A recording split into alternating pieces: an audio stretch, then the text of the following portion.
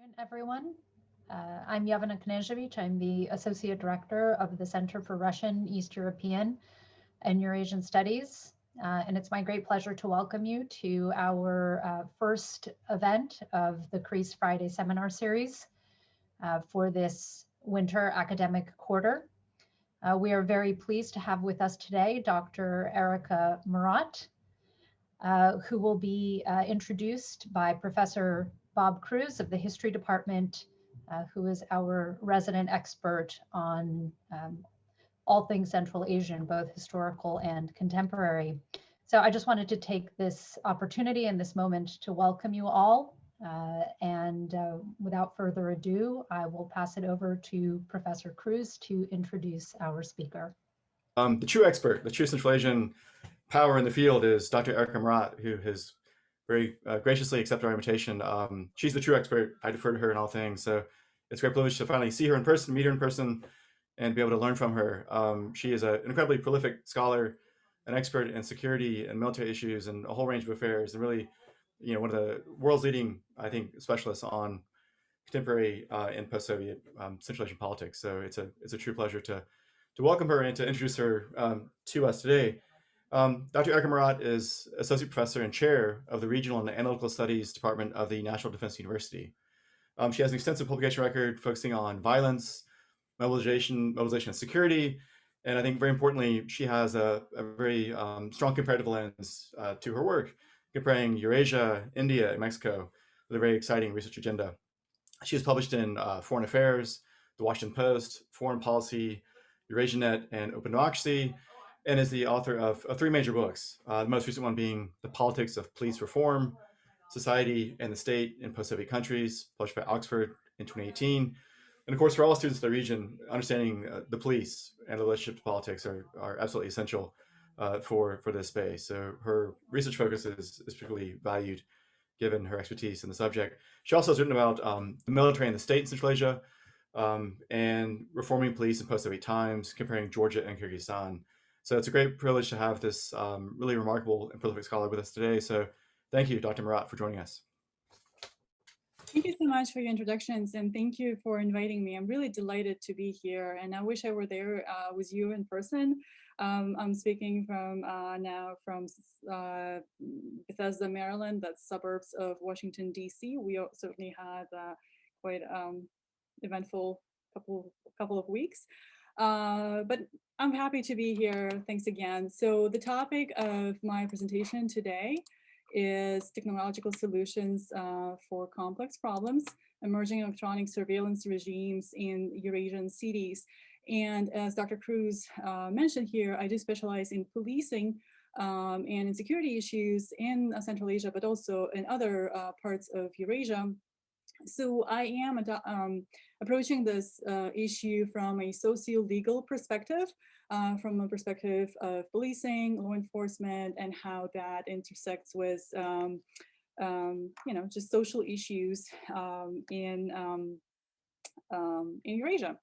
All right, so I started my research by noticing a pattern across Eurasian cities. That there was a new buzzword, the new thing in town, the smart city. So starting from Moscow's Mayor Sobyanin, who installed hundreds of thousands of CCTV cameras that could recognize faces and license plates, to Kiev that installed tens of thousands of surveillance cameras, to even cities like Dushanbe, you can see on the right-hand side. Dushanbe is the capital of Tajikistan that also installed dozens of cameras as part of smart city program in Dushanbe. So it has become certainly a fashion across Eurasia, just like across the world, to embark on those smart city projects. And it's one thing that you'll see constantly across any city, independent of wealth, political regime, or the type of problems or issues a city experiences. And if you look at the map, some cities have several vendors, like Moscow has Cisco and Huawei as some of the suppliers of smart cameras and smart technologies in general. Other cities have one or two vendors. I mean, you can notice Minsk or Ashgabat or Dushanbe or Bishkek. And other cities have a couple of different vendors. So, but the pattern here is, of course, small and large cities, but especially large cities have been adapting smart city technologies.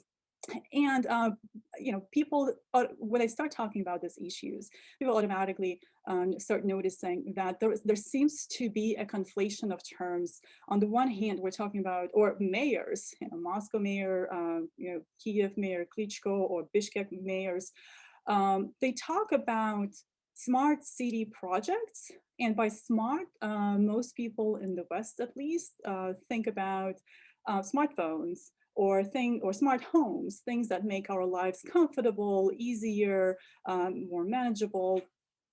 But there is a conflation of the terminology of smart and safe in Eurasian cities. And safe is also part of smart. So to implement safe city projects, you need to have smart technologies or cutting edge technologies. But the purpose of those technologies is entirely different from what we associate with as smart. And safe technologies, the technologies that are presented as part of smart city projects, so Moscow, Kiev, Almaty, they're actually installed with the purpose of preventing and patrolling and also punishing disorderly and criminal behavior. But the way cities determine what is disorderly and criminal, what constitutes disorderly and criminal is, of course, can also be very politicized. Just think about examples from this country of zero tolerance policing or broken windows policing. They used to be popular policing strategies, but at some point, the public realized that they actually discriminate against racial and ethnic groups in large cities, and including in New York. So we see similar patterns of how disorderly and criminal behavior is identified and how it is surveilled through the cameras. And to understand what is happening and try to see, to identify patterns, the question that I was pursuing in my research is, how are smart technologies changing public spaces in cities across Eurasia? And specifically, how are they changing the way public is policed? And I looked at various city programs. I specifically focused on Kiev, Almaty, and Bishkek. So Kiev is the capital of Ukraine. Almaty is the largest city and the wealthiest city in Kazakhstan. It makes up about a quarter of state budget because it's so wealthy and generates a lot of economic activity. And Bishkek is the capital city of Kyrgyzstan, my native city where I was born and raised. It is the poorest city of all the three. But in terms of the range of economic prosperity, the cities are representative of just other cities across Eurasia. So I reviewed city plan programs, and it's this kind of holdover from the Soviet regime when every city still has Genplan, a general plan. A sort of this 5-year term or 10-year term of where the city is moving. And I tried to notice how do they incorporate the idea of smart and safe in the city programs. I looked at media reports, how media reflected and reported on what projects have been installed and pursued in those cities. I looked at statements by mayors and national and municipal agencies. And also I traced how foreign firms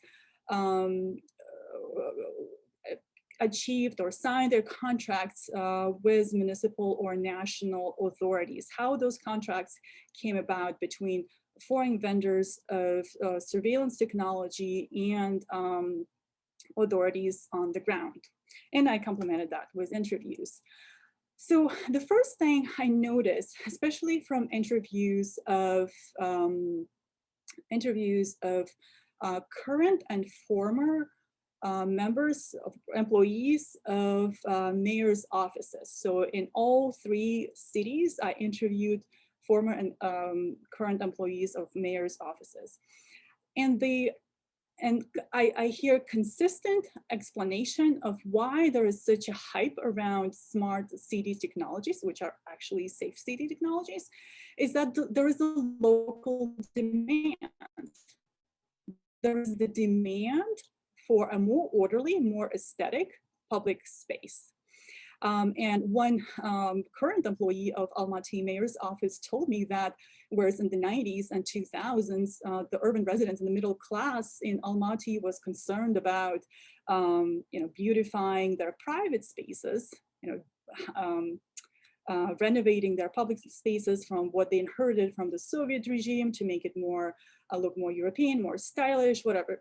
Now the attention has switched to the aesthetics of the public space. So the public, the urban public, especially long-term residents, they want cleaner spaces that are free of littering, loitering, panhandling, and any signs of lack of urbanity, anything that doesn't conform with the understanding of urban orderly lifestyle. And the mayor's office, they feel this demand from the public.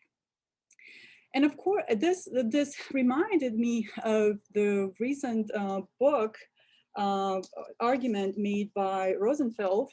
I don't know if you can see this book on the autocratic middle class in the former Soviet space that contrary to our understanding of what middle class wants, more freedoms, more democracy, there's the notion that the middle class, especially in the post-Soviet space, that was able to achieve certain levels of prosperity under the guidance of the state, they want this to continue, and they want the presence of the state in order for a more public, more orderly public and social life. And who does not conform with the notion of urbanity? It's usually the local migrants, internal migrants. It's usually migrants or the type of public in Kiev, for instance, that does not correspond to or does not sort of live up to the notions of a European city. In Almaty, it's the public that does not live up to the notion of a clean and orderly and beautiful city. In Bishkek, Bishkek is a chaotic, politically chaotic space where you see lots of protests, different types of protests, sometimes violent protests. So it's a way of containing this disorderly public from disturbing public life in the country or in the city too much. And overall, there is a very good term to describe this process. Dreamscapes of Modernity by Jasanov and Kim. The notion refers to this idea that there is a collective vision of technological advancement that pursues or tries to achieve specific measurable sociological outcomes. So technologies are purposed to change behavior of the population to achieve some kind of notion of ideal community. But that ideal community is achieved through technologies and not so much through deeper political and economic changes. So it's in a way of dreaming of modernity through technological innovations. And as Dr. Cruz mentioned, I am a comparativist. And when I started researching this project, I was focused on what is happening within the societies that pushes them towards, or governance structures in the cities that pushes them towards creating this new way of governing urban population. But I couldn't just ignore, the more I researched this issue, I couldn't ignore the impact of external incentives. And I've noticed that in the public speeches and city plans and the way media covered those smart city technologies is that there's the notion of global prestige. It's the thing that wealthy and advanced cities do now. And of course, there are dozens of ratings maintained by think tanks or tech corporations that measures advancement in smart city technologies across the world. And usually the top contenders are New York, London, Helsinki, Seoul, Hong Kong, and then a bunch of cities in Scandinavia in general. So Oslo and Copenhagen. And when you listen to Sobyanin in Moscow or see various mayors in Almaty, there have been some rotation there, they always strive to live up to those indices. So Moscow wants to live up to the to be on par with London or New York, to be this next leader in global development of smart city. Almaty usually wants to be like Seoul or Singapore or Hong Kong. So more choosing from the more Asian global South perspective. So there is this idea that was developing technology or was adapting technologies within an urban space, you're reaching towards this next level of global leadership, of global prestige. But there is also another incentive, and that comes from an entirely different source. And that's the corporations, major corporations, mostly Chinese, and now increasingly Russian as well, that are closely associated with the political regime of those countries, so or with the government of those countries, and that offer favorable contracts to cities to then come and install cutting edge technologies. So in the lower picture here, you can see the president of Mirziyoyev invited to China to visit Huawei headquarters, impressed by the cutting edge technologies, and then offered a favorable contract of installing Huawei, mostly, again, surveillance technology in Tashkent, the capital of Uzbekistan, and possibly maybe other cities. And this pattern happens again and again. Sometimes it's heads of states who are invited and then impressed by those corporations, mostly Huawei and Hikvision. And other times it is municipal authorities or ministers of interior, ministers of communication. So there is a pattern. There's an availability of investment for cities that otherwise can't really afford it to afford it. And then now increasingly, it's also Vega. It's part of Rostec, Rostech, a Russian state military corporation that is under the in this sanctioned list and in the West and the United States specifically. But it has contracts now in Bishkek, Kyrgyzstan. And so what do we see from this collision of, or not collision, the merger of the local demand, so from the autocratic middle class, and then incentive that comes from external forces. We see that we see that there are three different regimes emerging, and the external incentive can also be, and I kind of mentioned that in the previous slide.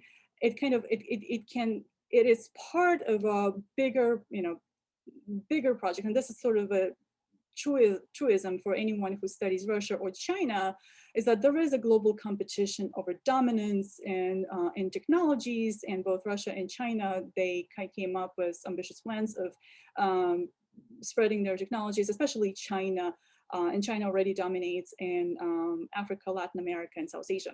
But what we see from this interplay of local demand and the global incentive is that we see three different regimes emerging in the space, in the post-Soviet or Eurasian space. There is this first type of regime of entirely local surveillance that mostly is a feature of wealthier cities. Moscow, Nur Sultan is the capital of Kazakhstan, and Almaty. So there, the city budgets are,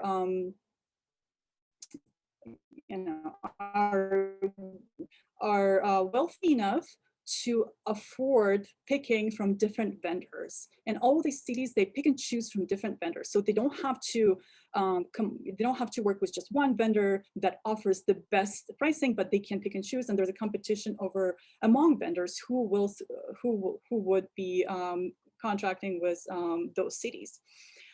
And those wealthy cities, they are led by the notion of living up to those indices of successful smart cities in the world. So international prestige is really important, and you can see how Sabanian or mayors in Nur Sultan or Almaty, they refer to this notion, we're doing this in order to count as one of those wealthy cities in the world. And the decision-making happens on the municipal level.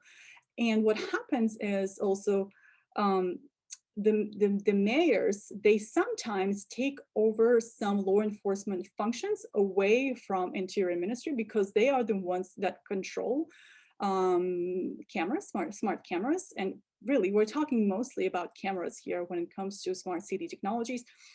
They sometimes compete with interior ministries, and they suddenly obtain this leverage over law enforcement within the territories of their cities. And they can expand law enforcement functions to patrolling or punishing activities like speeding or loitering, like we saw in Almaty, or they can quickly adjust. And here, this is a picture from Moscow during the pandemic lockdown, the first wave of lockdown in the spring, when it was especially strict.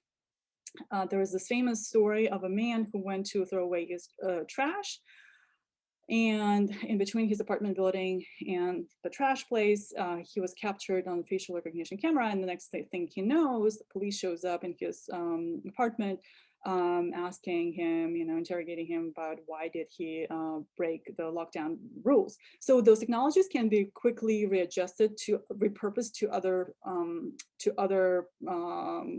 goals. There are also, and to be fair to these cities, there are also expanded versions of what smart is. It's not just safe, but there are elements of smart as well.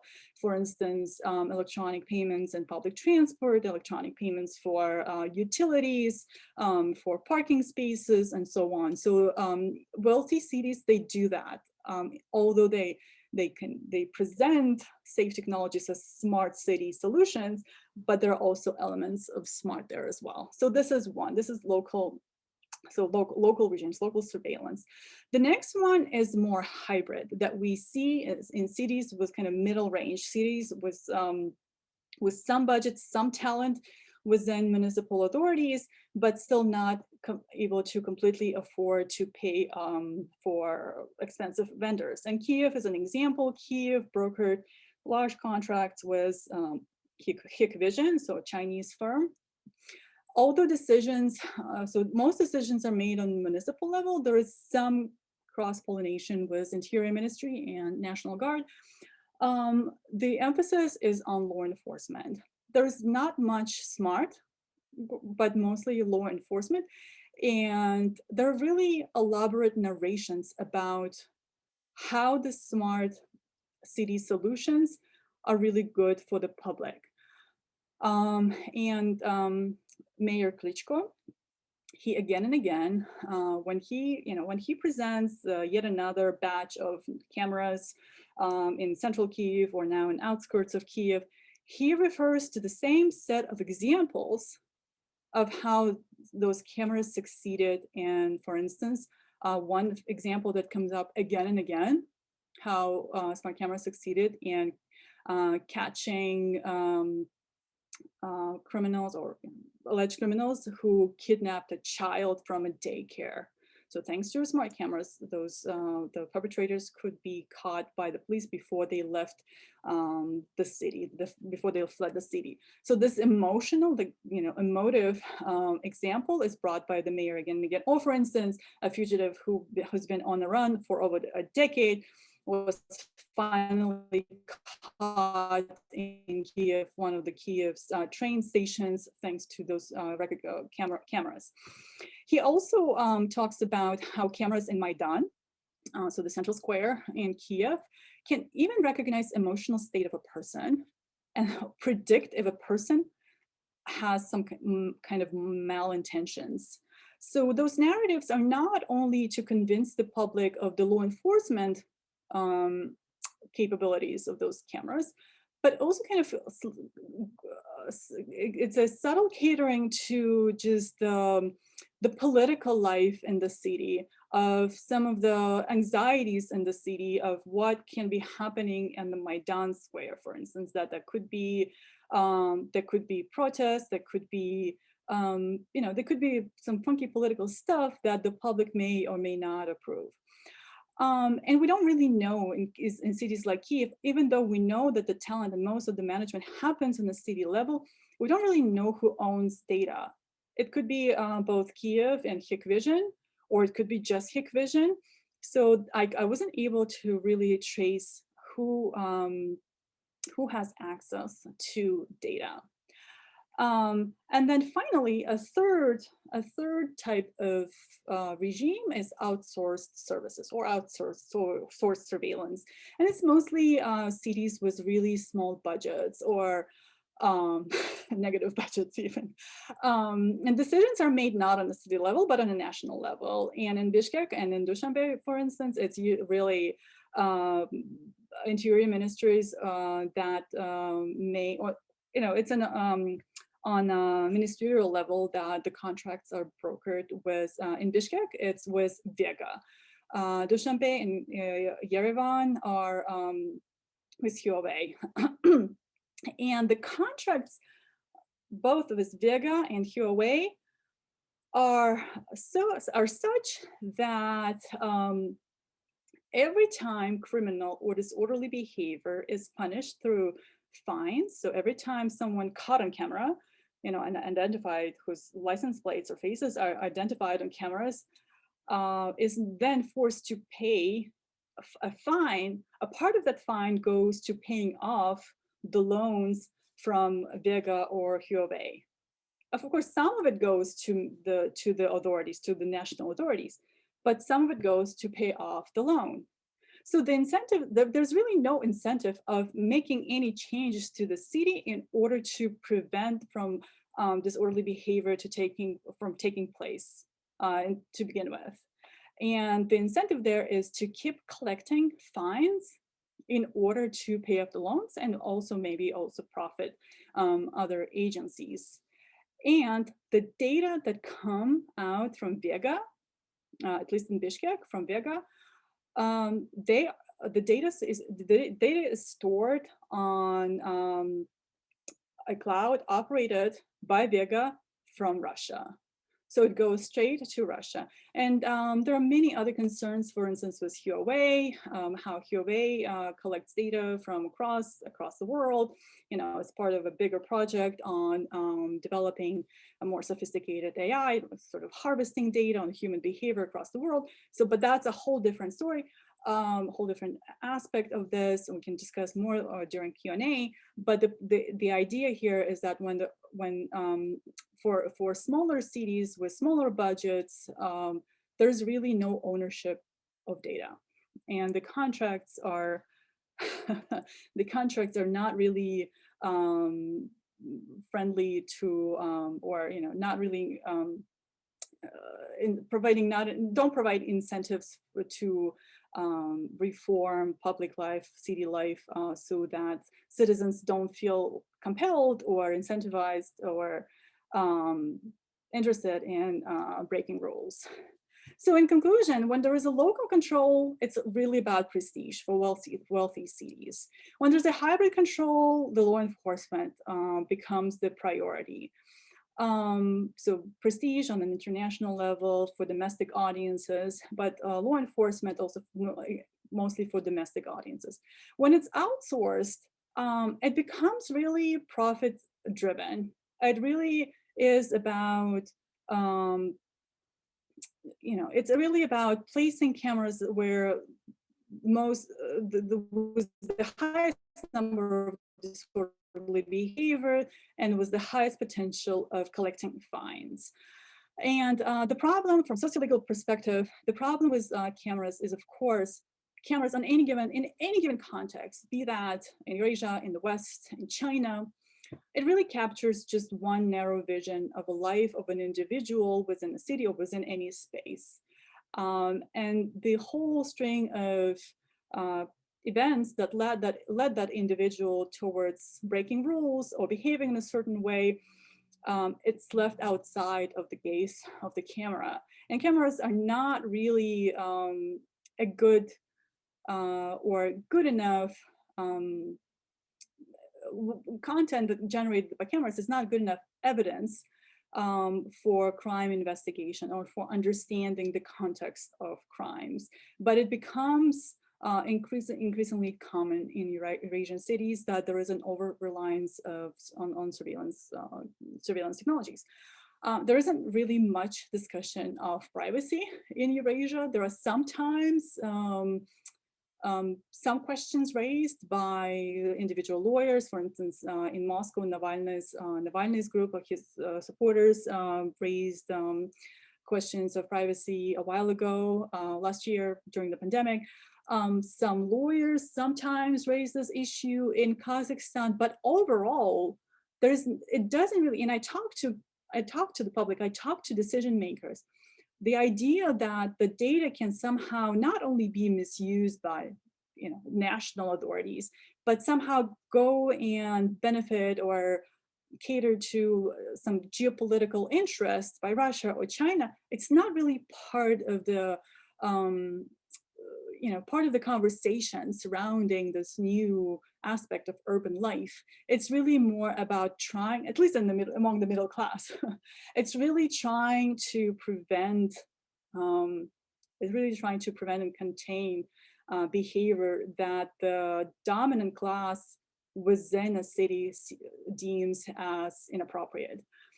And overall, I think the bigger question in the most, really Susan Strange's way, that can be asked here, where does the power lie? Where is the real, drive for this innovation? Is it the authoritarian middle class? Is it the municipal authorities? Is it Russia, China, corporations? And this question can be paraphrased as who is watching whom? Basically, who is watching whom? Is it municipal authorities watching the public, or the public watching the more marginalized members? So the dominant public watching the more marginalized members of the society, or is it China and Russia watching the public? So these are just, this is some of the questions that observing dynamics in Eurasian cities really, I think, are worth thinking about.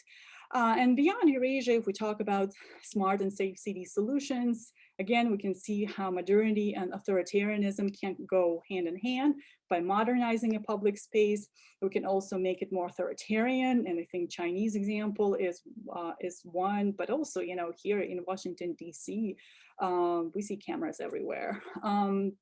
Very often in Eurasia, but again, also in other countries, this is the model that China presents, is that it is a substitute to an ineffective state, a substitute to an ineffective law enforcement, corrupt police officials, or police officials that are not vigilant enough.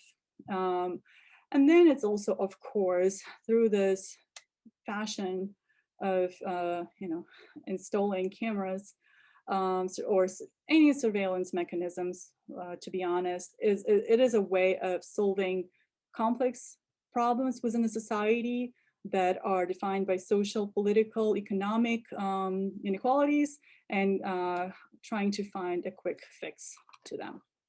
That's it for today, and I look forward to your questions.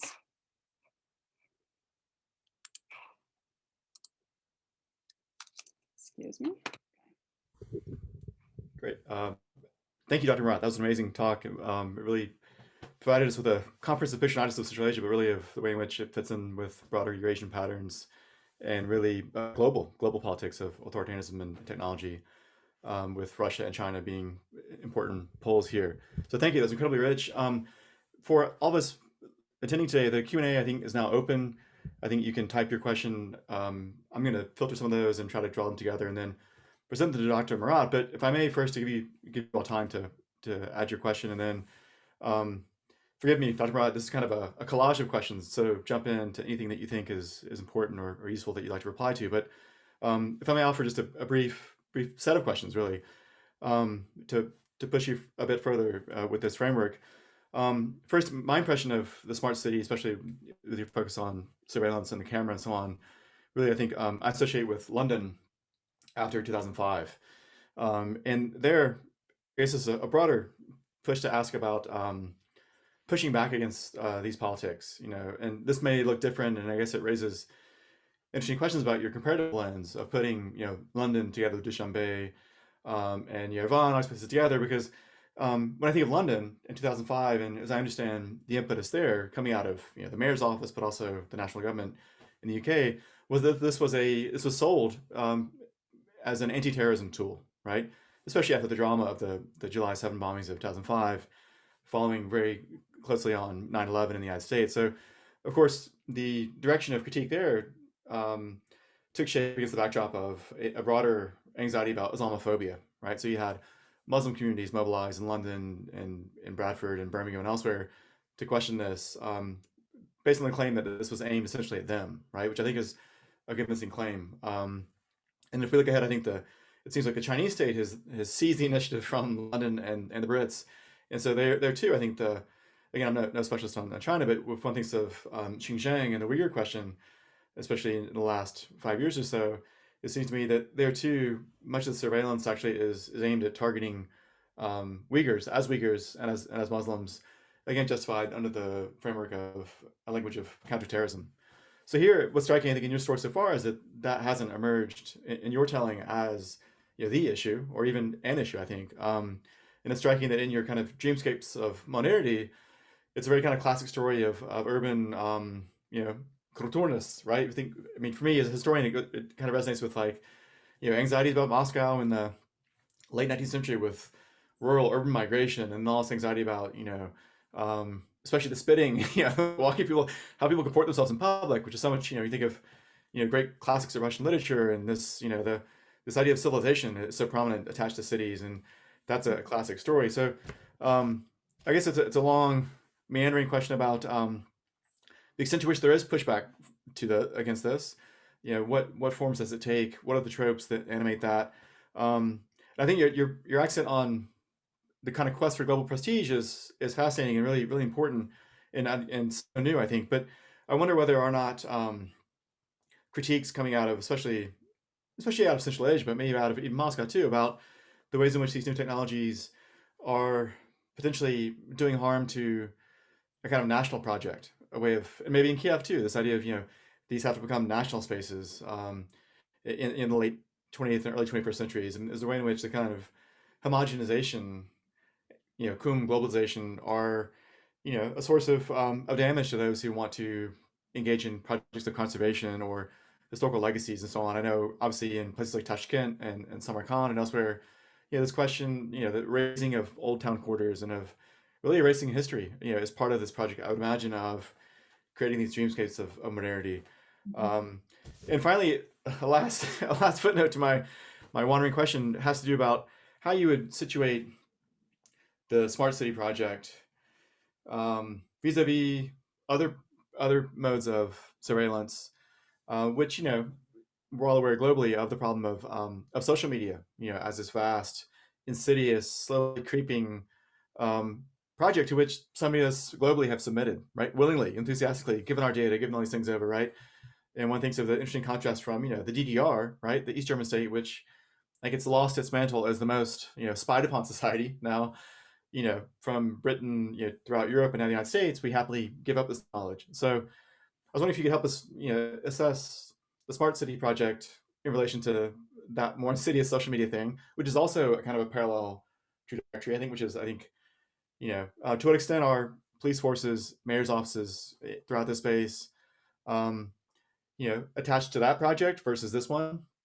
Is there a kind of relative weighting of priorities? And then, to back to my original point, what is the conversation that's questioning this, if there is one? Because I think we could tell this story in lots of countries and just basically point to the absence of a real, not necessarily kind of like civil rights libertarian impulse, but just an awareness that this is even happening, right? Because it's been so quiet and so insidious, and the arguments for it are, in this context of middle class authoritarianism, they're quite seductive, right?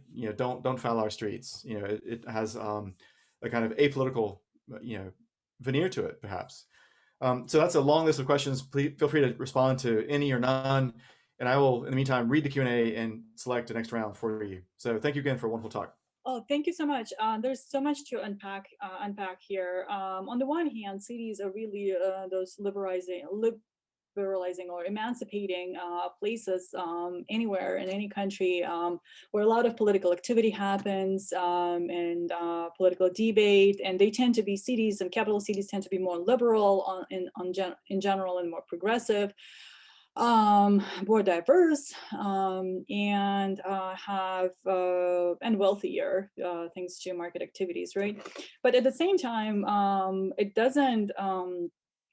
They can be also innovators in those autocratic and Islamophobic or xenophobic technologies or solutions, policies. And this is the complexity of a city life, that on the one hand, they're liberalizing and can be inclusive, at least in economic activities, maybe not always in political activities, but they can also develop effective tools in excluding certain members of public or targeting certain members of public. And your example with London is really a good one. There's so much literature now on this, on how exactly about this pattern, that through technologies and through policing through technologies and surveillance, so not just CCTV cameras, but other types of surveillance, that London could solve the problem of terrorism or extremism. And of course, this kind of issues, they require a more complex approach. It's not just trying to see it, but it's trying to work with it and trying to solve deeper divides in the society. And in regards to what's happening in Eurasia, in terms of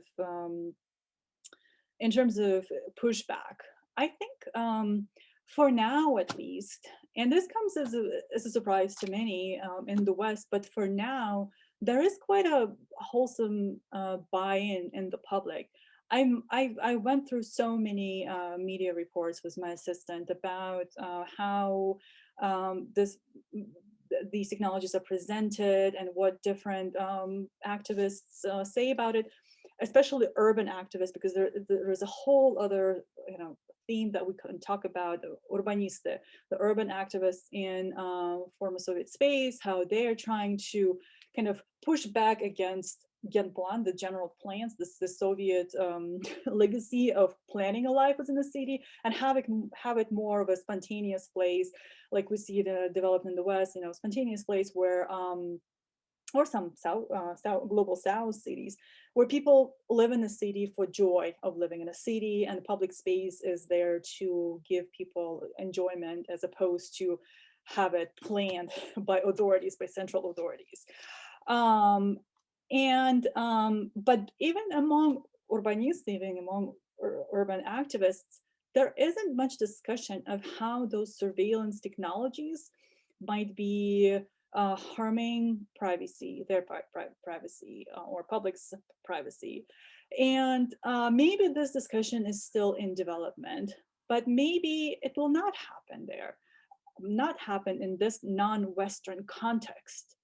And I think that's also fine, because of course no one wants it to be like in China, but still people want to have a more orderly public space. And maybe it's sort of this reaction to really difficult and chaotic times in the 90s and in 2000s, when public space was really not safe, because, you know, the transition from the Soviet to post-Soviet to market economies, and the public wants some order to be present. And yeah, there are many different ways of surveillance as well, and that's you know, that's been there for as long as those technologies were available. And but it's just specifically with smart cameras, it's on the one hand it is this public policy that it's really advertised by authorities, but on the other hand there is this other part that is opaque there, and it's been a phenomenon in the last 2-3 years, just 2-3 years, really new phenomenon that spread like you know, it spread uniformly across post-Soviet space. Thank you. So we have some excellent questions. I think you have answered them in part, but if you don't mind maybe revisiting some of them, because I think there's some lingering questions about you know, getting into the material more closely here.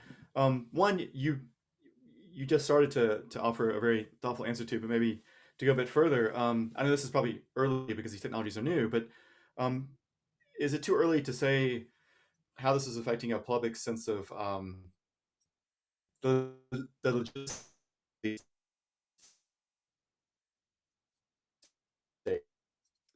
You know, the legitimacy of particular states, and you know, does that look different in different places? And then, given the practice of fining, so I may have frozen here. Given the practice of using these cameras to find people from afar, you know, has that amplified the conversation about corruption or not?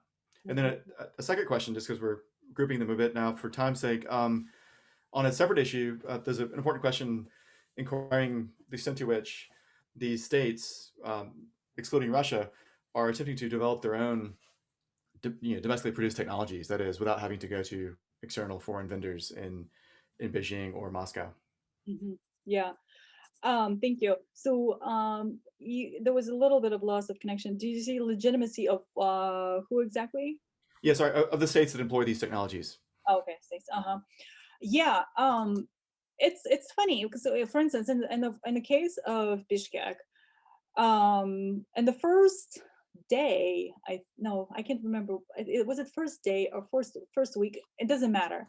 Suddenly, the cameras caught over $100,000 dollars worth of fines on the streets where the cameras were installed.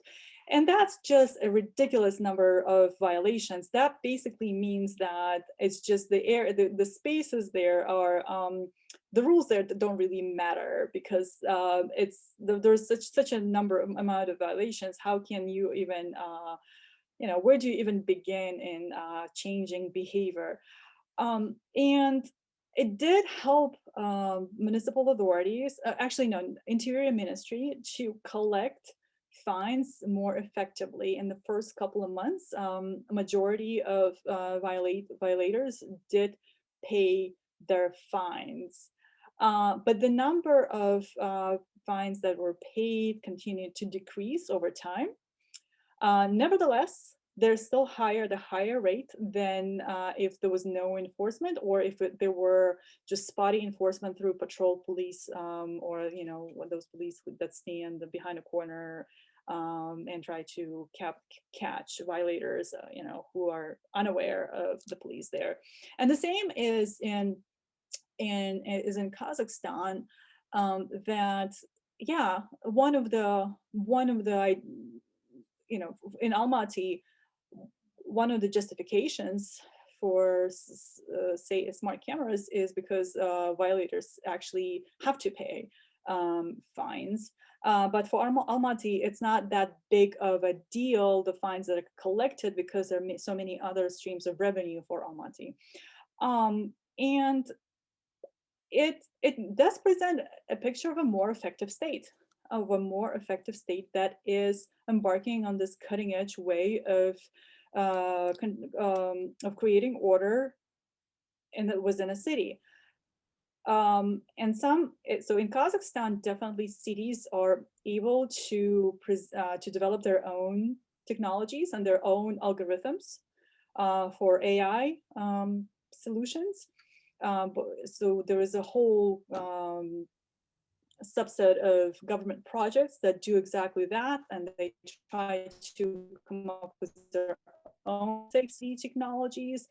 And then, of course, one other post-Soviet example that I did not include in my current research is countries like Tallinn in Estonia or Baltic states. They're a completely different category of cities that are not only they develop technologies at home, but they also export them abroad. Thank you. Excellent. That's a great response. That's very helpful. Thank you. So we have we move to a very serious question posed by a comment and question posed by our director of CREES, Amir Viner, who is professor of history at Stanford. He writes, and I'll read this: "Thanks for a fantastic presentation. What is the role of the intelligence services, the Ukrainian SBU, Kazakh NSC, the Kyrgyz SNB in this project? Is there a way to access their involvement or control of the data assembled or even operation of this surveillance apparat?" So, great question. Very good question. And that also goes back to the idea of where does the power lie? Who is really interested the most and facilitates the installment of those technologies the most and benefits the most from those technologies? So I didn't really research in depth the involvement of domestic intelligence services, but the discussions came up again and again in the media reports of how, for instance, in Kiev, the National Guard wanted to access to data from cameras in Kiev, and there was some disagreement between Klitschko and the National Guard. Interior Ministry does have access to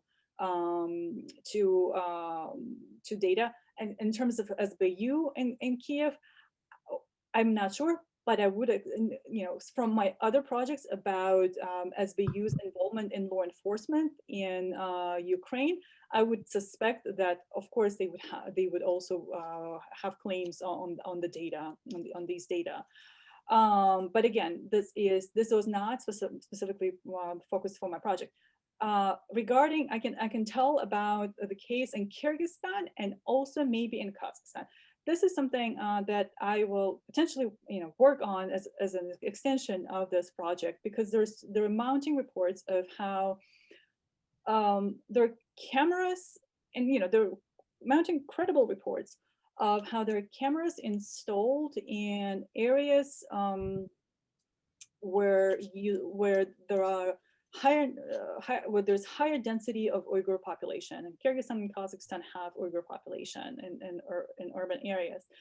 And those cameras have been there, so in specific micro districts, for instance, that have been there for a while. They're not really part of any government public policy or anything like that, but they have been there for a while. And this kind of projects, they would have to be between governments, not so much between corporations, even though Chinese corporations are connected to CCP in China. But there have to be not just Interior Ministry, but some intelligence services also involved in this. So this is something. This is the next frontier to investigate. Investigate those technologies, the impact of those technologies. Right, excellent, thank you. So let me read another one, which pushes you in a slightly different direction, and it has a nice comment as well. Fascinating talk, Dr. Marat. Earlier, you raised the question of whether data harvesting by certain smart tech companies around the world might be part of a larger project, including the development of a more sophisticated AI or technology that can better predict human behavior. Could you expand upon this point? Thanks. Right. Thank you. All right. So so I'm familiar with this literature on data harvesting, and it really has to be researched from the perspective of Chinese foreign policy in different continents, different countries. But from what I know is, of course, the more data a country collects, and there is a certain competition over how much data a country can collect anywhere, everywhere, the more opportunities there are for AI developments. And it can be used for any number of things, for just better understanding human patterns of human behavior, to zooming into specific individuals or specific groups, and this is here you hear the impact of National Defense University, where I work, to to be better at warfare. But just take all this with a grain of salt, because any serious article that you read about Chinese AI ambition, there's always kind of a disclaimer that there's a whole bunch we don't know. So we need to be aware, where is it that our knowledge ends and our kind of imagination begins about what happens with the data, and where do we actually see evidence of China using China collects data abroad to use it for its domestic or international purposes. Great, thank you. Another questioner asked another important question about privacy again. I know you touched on this, but could you map for us the existence of different conceptions of privacy? This questioner created kind of binary of Western versus Eurasian, but even within the Eurasian space, can one discern anything identifiable that we would recognize as being distinct modes of or conceptions of privacy? Right. So the only conversations of privacy, and I'm sure they happen across cities, but the only conversations, the conversations that were covered by the media that I've seen is in Moscow by Navalny's by Navalny's affiliates. And their concern was that Sobyanin installed cameras across. He basically blanketed Moscow with cameras, except for those prestigious areas where government officials live. Mm-hmm. So their apartment buildings in Moscow are not surveilled, but the rest of Moscow is. So in that sense, it was more of a discussion of, again, the critique of corruption of the Putin's regime, how they control the population, but they protect each other, and who knows what kind of crimes they're involved in, and they try to cover up their own crimes or corruption. And then I saw in Kazakhstan really fleeting conversations about how these both foreign and domestic AI technologies may be really too invasive, and that conversation only started when in Nur Sultan the mayor started installing facial recognition cameras in public transport, and that's how you pay. You pay with your face in public transport, and that was way too. It was a wait. That's too much. This is invasion of privacy. I don't want. This is too. This is not comfortable. That's where the conversation began. In Bishkek, no matter how many times I tried to raise this question with some of the urban activists or civil society activists in general, it's not a thing. It's not really. It's not. And maybe some of it also comes from this idea, or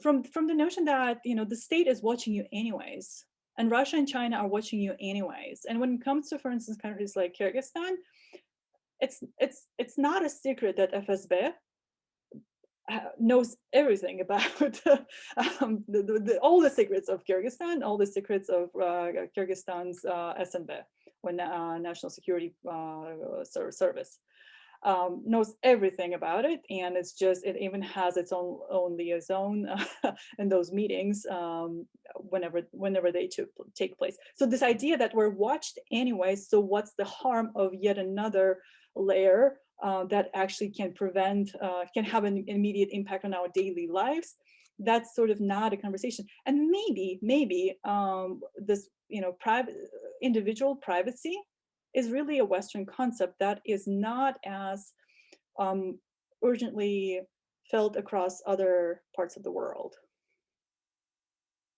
Thank you. It's a wonderful answer. So moving in a slightly different direction, we have a very challenging question, which I think cuts at the heart of much of this. I'll read this for you because it's complicated.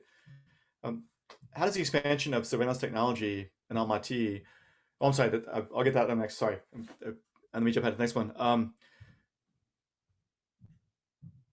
What is your interpretation of differences between authoritarian or prosecutorial measures invited by this form of monitoring in your talk, and ethical monitoring associated with preventive and deterrent measures?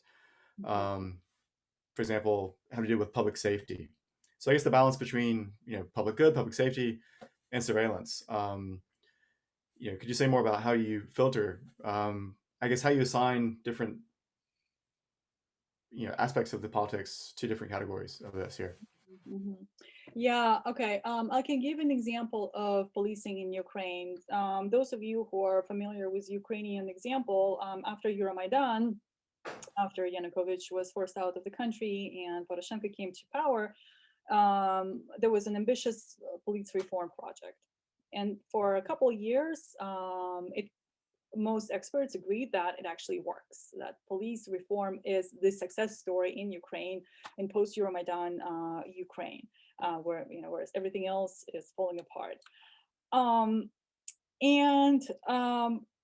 Already there, we could see that in order to achieve, or in order to prosecute crimes and prosecute criminal behavior, the police was engaging in this kind of performative policing by collecting visual evidence of the type of crimes they try to or they respond to. And it's kind of, and so, and it was a mix of responding to real crimes. So let's say, there's some kind of violent crime in part of Kiev where the police dispatches, and they film everything what happened, and they present it to the public. There was even a serious policing, patrol police in Ukraine. But on the other hand, there was some catering to common stereotypes about what kind of criminal behavior needs to be prosecuted and prevented. And some of the videos on YouTube, for instance, kind of capture those stereotypes.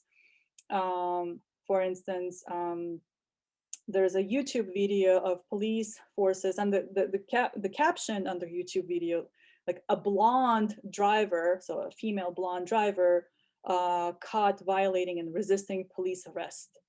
And they catch all that on camera and kind of show it, and kind of catering to the stereotype of a blonde woman violating violating traffic regulations, and now she is being punished for that. And the police was trying to build on this. It was an element of performance there as well. But in terms of prosecution within the justice system, criminal justice system, it's a whole other area. And the criminal justice system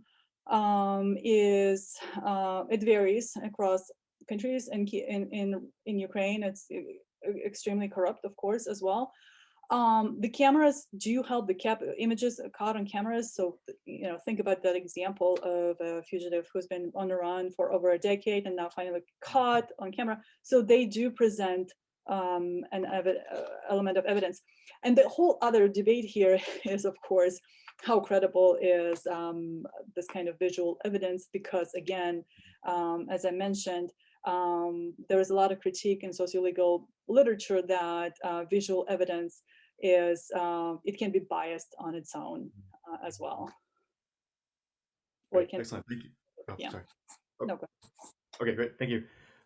Speaking of bias, one of the last questions raises the issue of corruption again. And I think you addressed some of this, so forgive me if you've already explained part of this, but this question I think goes a bit further to ask you ask about the I guess the vendor process, the vendor selection process in each of these places. To what extent do people recognize or acknowledge or suspect that these international contracts also involve incentives for those who dole them out, right? So is this another kind of realm of corruption in the creation of smart cities?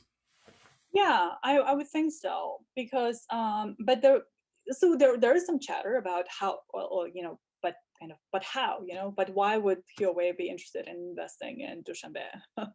Or why would Huawei be interested in investing in Yerevan, in central Yerevan, and the country can't really afford this kind of technology. And it's really it's like most other contracts with China, I would say, and with Russia, not all, but quite a significant majority. It's really opaque, and it kind of the reporting on that happens. Oh, these two officials met, something happened, and they came up with this cooperation agreement. And in Kyrgyzstan, for instance, it was really a murky story of first Huawei coming up with a contract in Kyrgyzstan, and Kyrgyzstan is extremely pro-Russian politically country, and Chinese economic influence is growing, but Kyrgyzstan is still very much a pro-Russian country. And consistently, the leaders of Kyrgyzstan has been extremely pro-Russian. And for some time, Huawei was about to install its surveillance cameras in Bishkek, but then for some reason the court ruled against them, and next thing we know, it's Vega, so the Russian Vega, that comes in and wins the tender, competition for installing cameras. And Vega did not have any experience in installing cameras anywhere in the world. It was a new project. It won the competition in Bishkek, and this just tells you about the transparency of those projects. That there is no transparency. It's really it's really something that takes place between probably agencies and officials in two countries. Great, thank you. I think we have time for maybe one or two more, because we will conclude at 1:15. Someone asked specifically about Almaty and the extent to which the expansion of surveillance technology is related to beautification projects and infrastructure improvement programs, asking if those are parallel or separate, and is this all affecting how people perceive municipal officials? Yeah, Almaty is an interesting example, because Almaty is really a fast-changing city, and it's a wealthy city, and there has been a push for beautification, but I think a lot of the changes that happen that kind of also correlate with what we think as beautification is promoting economic activity. And so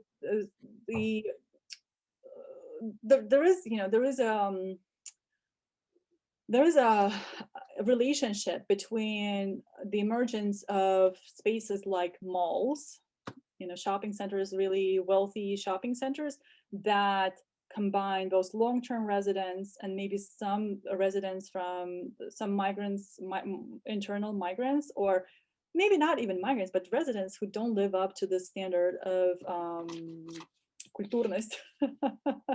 And those areas tend to be really surveilled. So there is a relationship between emergence of those marketplaces that are also public spaces and surveillance. And Almaty is really on this trajectory, just like cities like Delhi, for instance, or cities that really see rapid economic growth and rapid changes, but also attract a lot of new labor force. And those cities see this competing dynamics of, expansion of economic activity, but also expansion of control over the population, which, kind of happens in parallel. Great. Thank you so much. I think we should begin to conclude now, but I just want to relay to you the great thanks that so many of our participants have offered to you, and the compliments. I mean, it's really, I think, brilliant. Came up more than a couple times. So thank you so much. And one last response, if we may get from you. Someone asked, basically, what's your timeline for publishing this work? When can we read this, and what will it look like? Yeah. It's been published this month in Europe Asia Studies. Okay, so this is a journal, Europe Asia Studies, and will this be a book project as well? Oh, I hope so. I hope it will be a book project, but it's part of a special issue on socio-legal issues in post-communist world or in Eurasia that I'm co-editing with Lauren McCarthy from University of Massachusetts. And it has, so the issue is this month. It hasn't been published as an issue yet. Several public articles have been out, but not as an issue yet. But yeah, it's on law and society in Eurasia. And there are plenty of other topics like this within that issue, anywhere from Eastern Europe to Russia to Central Asia to China as well. This kind of topics are, are the focus of the issue. Great. So that's Europe Asia Spring 2021 or something, right? It should be it should be Europe Asia Studies January 2021. Oh, Europe Asia Studies January. Okay, Yeah. Great. Thank you. Wonderful. Thank you. Well, thanks so much. It was an incredibly rich talk. You taught us so much, and it's such exciting material. Thank you, and I hope you can come back when you can visit us in person and enjoy some sunshine with us. But thank you again, and thank you all. Thank you, Jovana and Michael and everyone, and thanks again. Take care, everyone. Thank you so much for inviting me. It was my pleasure. Okay. Right.